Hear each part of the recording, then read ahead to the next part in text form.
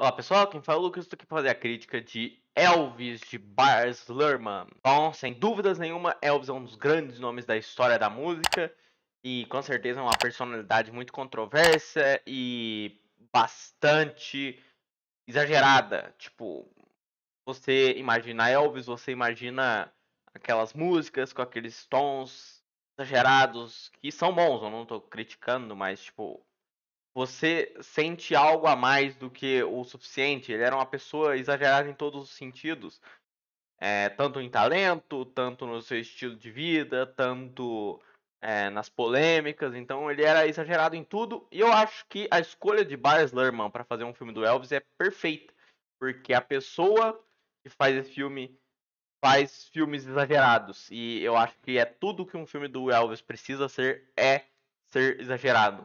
Desde sua ascensão ao estrelato, o ícone do rock Elvis Presley mantém um relacionamento complicado com seu enigmático empresário Tom Parker por mais de 20 anos. Bom, e esse ponto do Tom Parker é algo a ser discutido porque ele é talvez o personagem principal. Se ele não é o personagem principal, ele pelo menos é o ponto de vista que a gente tem desse filme. Ele é o nosso narrador, ele é o cara que conta essa história pra gente. E desde o início, o Baz Luhrmann consegue mostrar pra gente que esse narrador, esse cara que está apresentando essa história, apresentando a carreira do Elvis pra gente, não é uma pessoa confiável, né?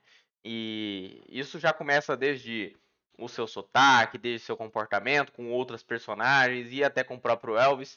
Então a gente sempre tem aquela pulguinha atrás da orelha com o Tom Parker e isso gera uma desconfiança de tudo que ele fala, porque basicamente tudo que é expressado nesse filme é da visão de ponto de vista dele. É tudo ele contando essa história. Então pode ter distorções, pode ter coisas diferentes da realidade, o que eu acho que é uma escolha muito inteligente quando o filme usa isso.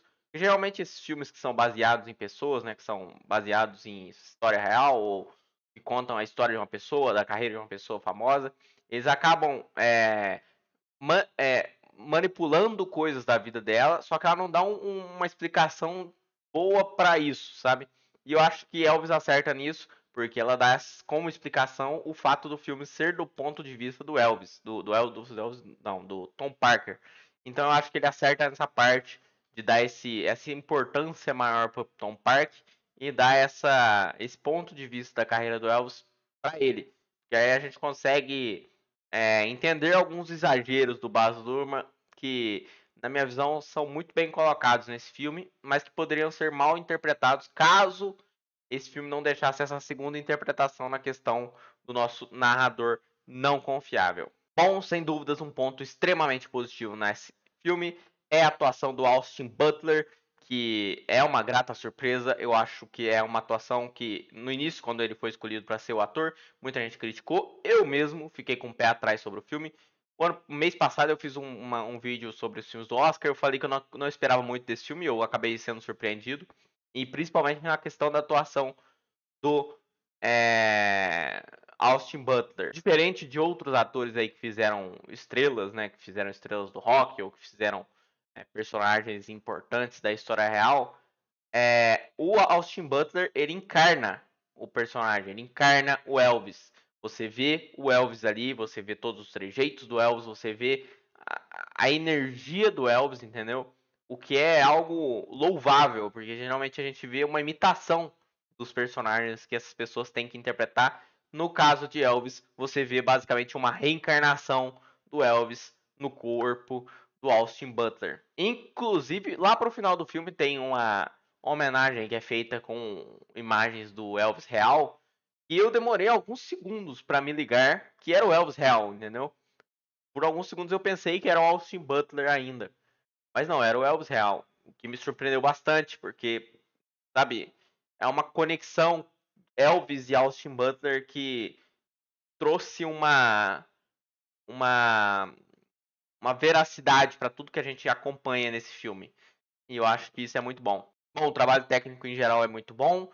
Ele usa e abusa desses tons exagerados do Baz Luhrmann, que para mim, de novo, casa muito bem com um filme que conta a história do Elvis, que era uma pessoa extremamente exagerada, entendeu?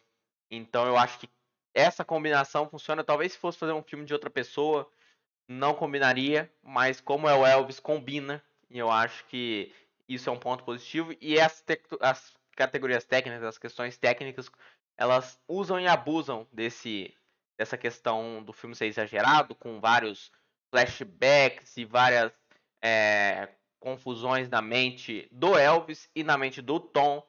Então, é, eu acho que o filme ele acerta muito nessa questão de, de, de usar assim a fotografia, usar a trilha, usar algumas questões para fortalecer ainda mais o quão exagerado é esse filme. Bom, eu esqueci de falar, né? A atuação do Tom Holland, não, Tom Hanks.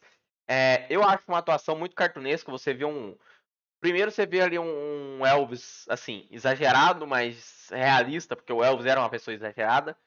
Mas aí no ponto ali do Tom Parker, eu acho que o Tom Holland perde a mão, até porque ele tá muito embaixo de muita maquiagem e tal, é muito difícil você não de você sair da caricatura quando você está embaixo de muita maquiagem assim.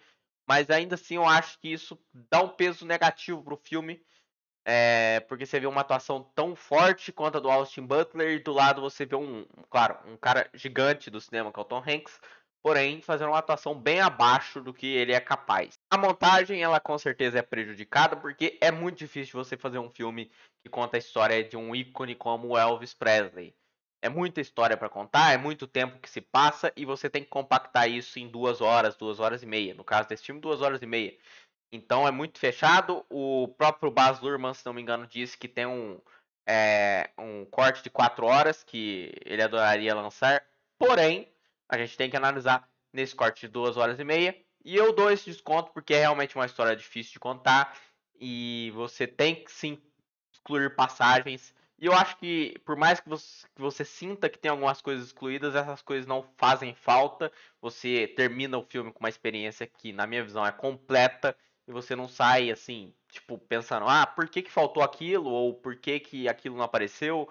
Você termina o filme e fala, ok, isso aqui é o suficiente, sabe? Isso aqui entrega uma boa experiência, entrega o suficiente para eu me sentir imerso nesses 20 anos de carreira do Elvis. Tem uma coisa que eu devo reclamar aqui, que é uma questão assim, mais é uma questão mais pessoal, mas é um filme que se passa nos anos 50, 60, 70. E você vê algumas músicas de uma realidade mais atual, né? Você vê algumas músicas que provavelmente foram compostas em 2010, 2020 e tal, nessas últimas 2 décadas. Então, eu vejo isso como, logicamente, mais um exagero do Baz Luhrmann, só que eu acho que esse exagero não casa com o que o filme propõe, porque todo o filme ele é bem ambientado, bem sincronizado às épocas, mas tem essas cenas que tem, assim, são pequenos momentos, não é algo que atrapalha, mas que incomoda, né?